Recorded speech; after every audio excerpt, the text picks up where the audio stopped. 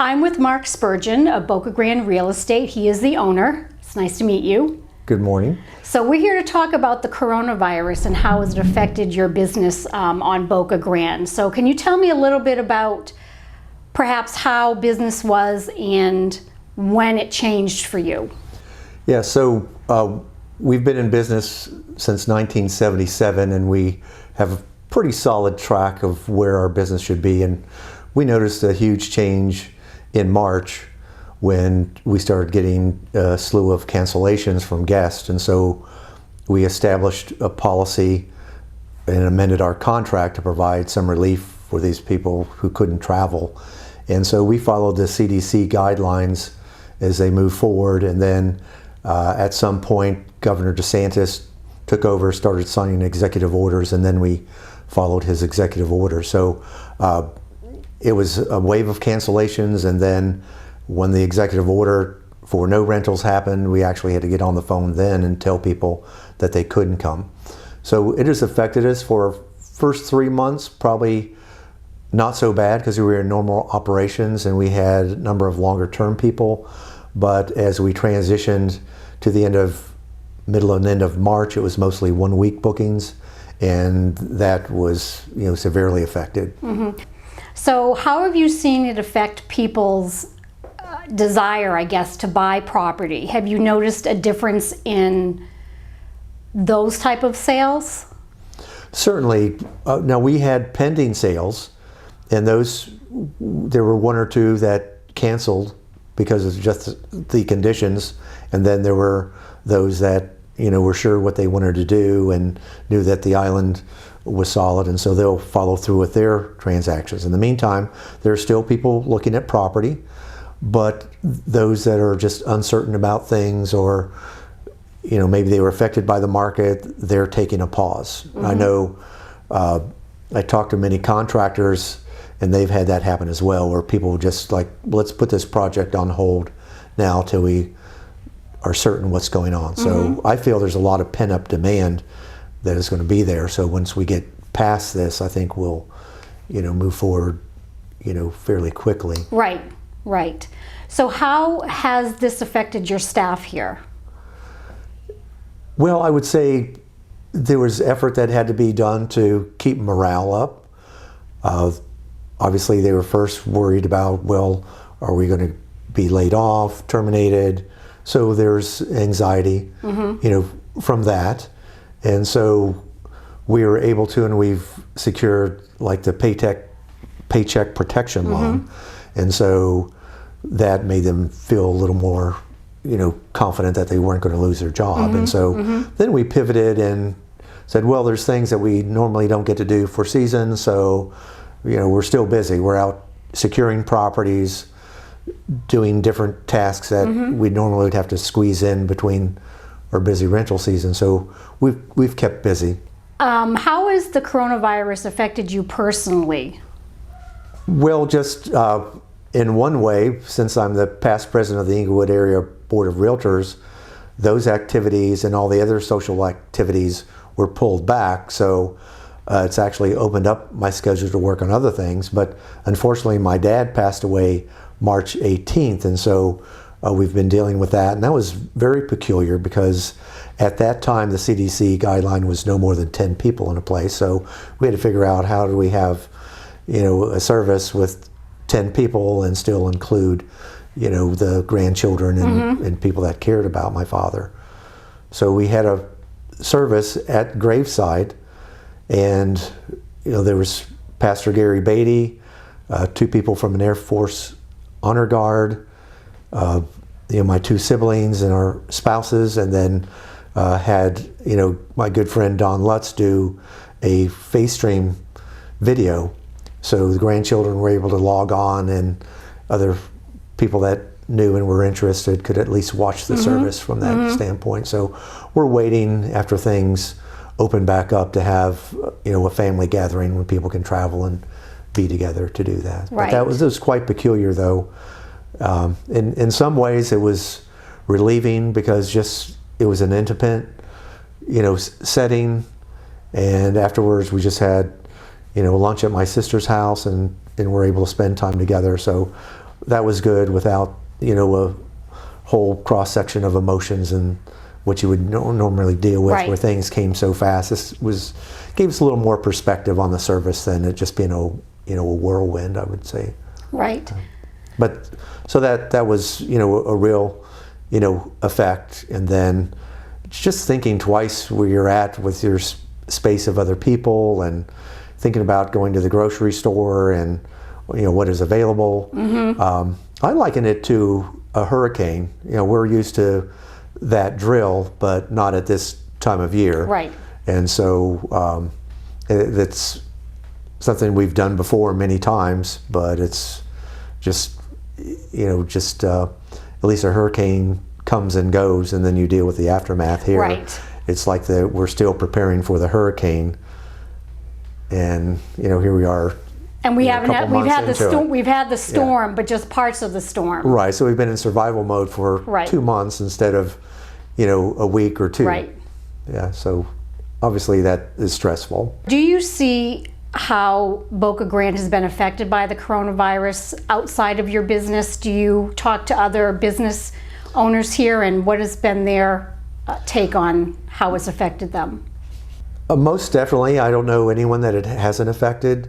And then there are underlying things like even a restaurant. Well, there's a sit-down business that they lost, but then there's, okay, well, how do we maintain our supply chain afterwards? So there's so many things that we don't know, the full impact of yet. And even with this paycheck protection plan, okay, that's 10 weeks. So, okay, so you have your payroll and your rent covered for 10 weeks.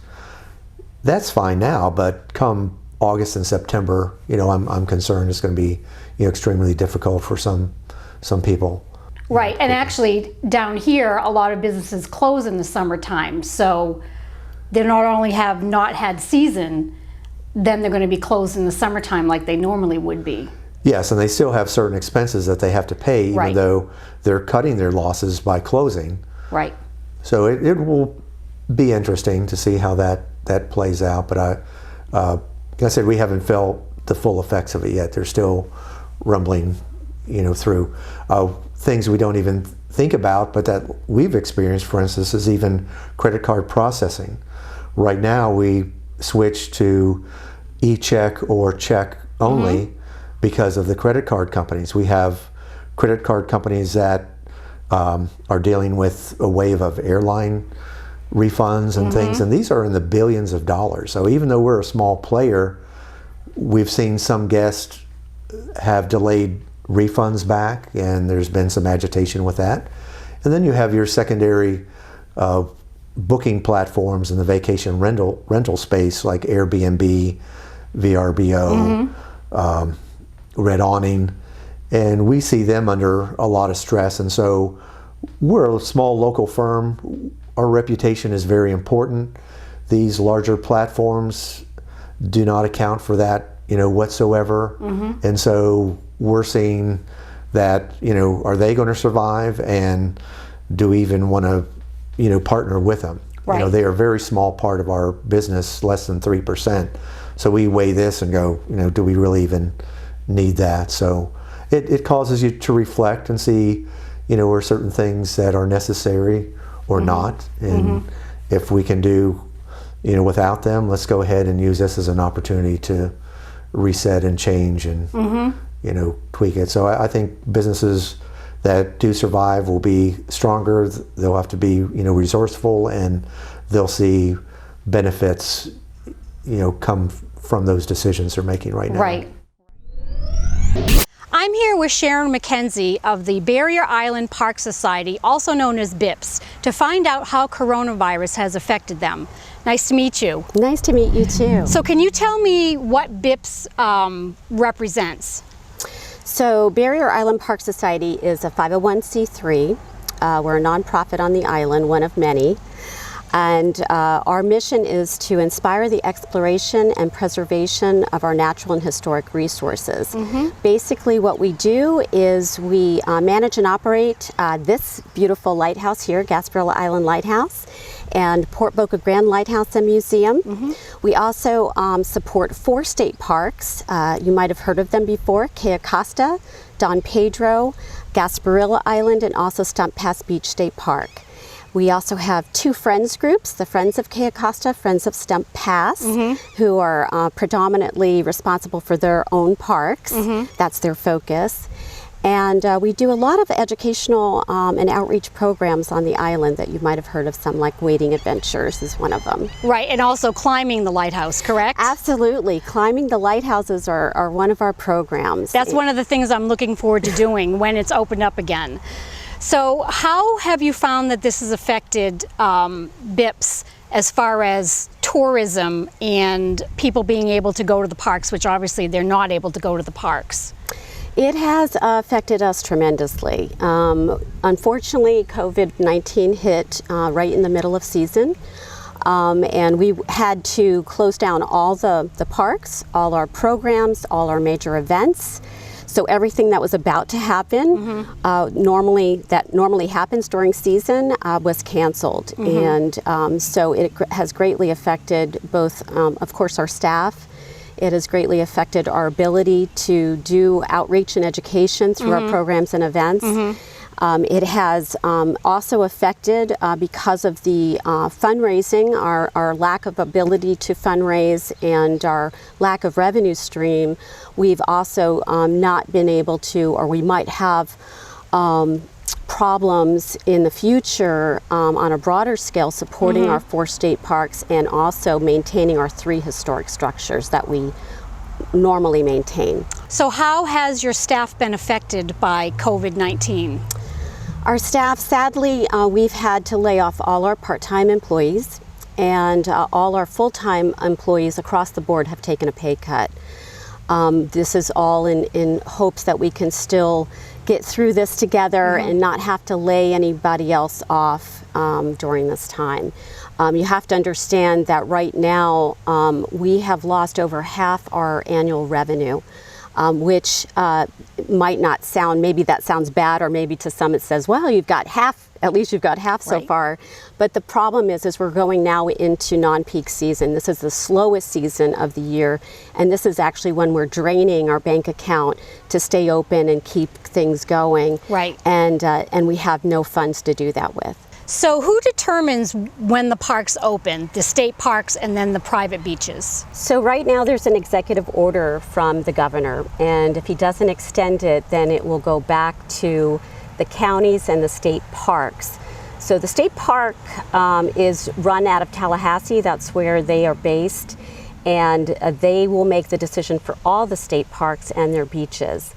The counties, on the other hand, are their own local governments, and they will make determinations for their county parks and beaches. So some of the beaches that are closed here are county beaches as opposed to the Range Light Park and the Island Lighthouse Park.